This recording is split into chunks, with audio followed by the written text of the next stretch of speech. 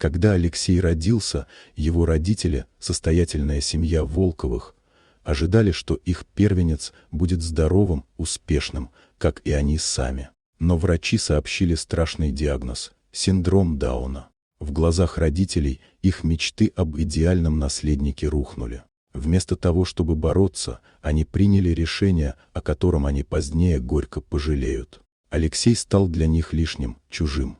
Сначала они попытались найти способ скрыть этот факт от окружающих, но вскоре пришли к выводу, что лучше всего избавиться от неловкости.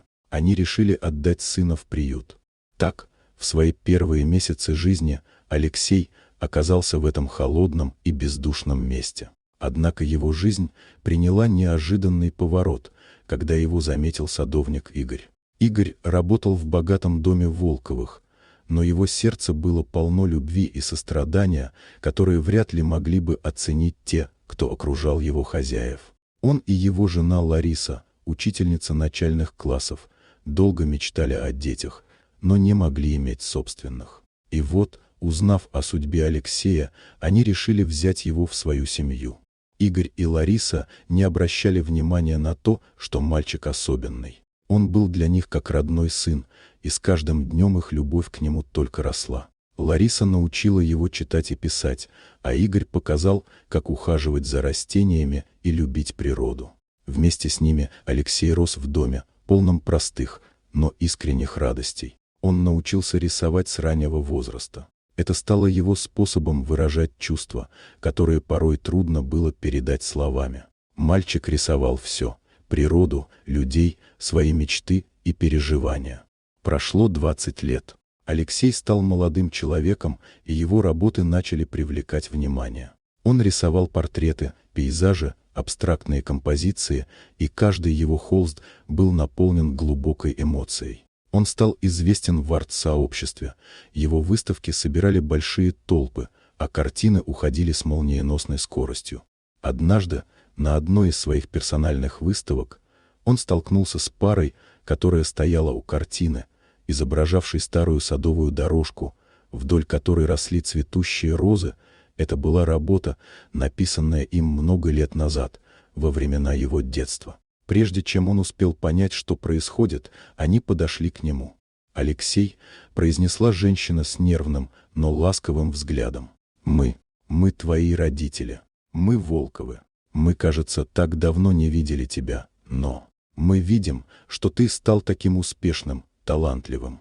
Мы гордимся тобой. Прости нас за все. Мы ошиблись, когда оставили тебя. Мы можем все исправить. Мы можем вернуть тебя». Мужчина рядом с ней, видимо, был тем самым отцом, который некогда отказался от сына. Он взглянул на Алексея с сожалением. В его глазах читалась робкая надежда. Алексей молча стоял перед ними.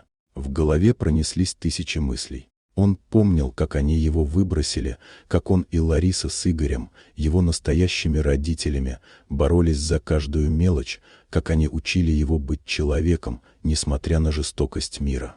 Он вспомнил, как Лариса показывала ему буквы и слова, как Игорь объяснял ему, что семья — это не просто родные по крови, а те, кто тебя принимает таким, какой ты есть, и любит несмотря ни на что. Он посмотрел на своих биологических родителей и сказал: «Я не нуждаюсь в ваших извинениях. Мне не нужно, чтобы вы меня возвращали. Я уже нашел свой дом. Мои настоящие родители — это Игорь и Лариса. Они дали мне все, что мне нужно было в жизни. Я не обижаюсь на вас, но я не хочу ничего менять. Прощайте». И не оглядываясь, он вышел из зала, оставив пару Волковых стоять в полном молчании. На улице было тихо и светло, и несмотря на всю сложность того, что он только что пережил, Алексей почувствовал облегчение. Он был свободен. В этот момент он понял, что не все можно простить, но что главное — это любовь, которая никогда не предает, а всегда принимает. Вот такая удивительная история. Дорогие друзья, если вам понравилось видео, поставьте лайк, а также подписывайтесь на канал, где найдете еще много интересного.